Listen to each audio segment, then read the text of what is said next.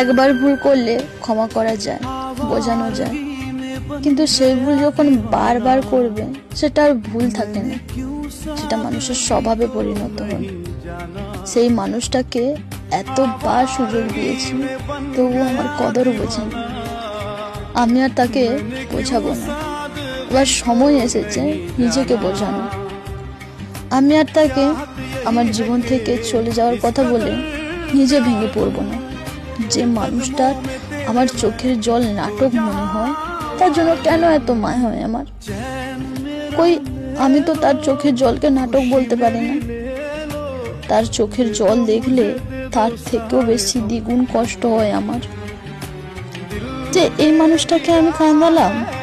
নিজেকে নিজের কাছে ছোট লাগে, কিন্তু যাদেরকে আমরা এত ভালোবাসি, আমাদের সবটুকু দিয়ে ভালোবাসি, তারা কেন অবহেলা করে না?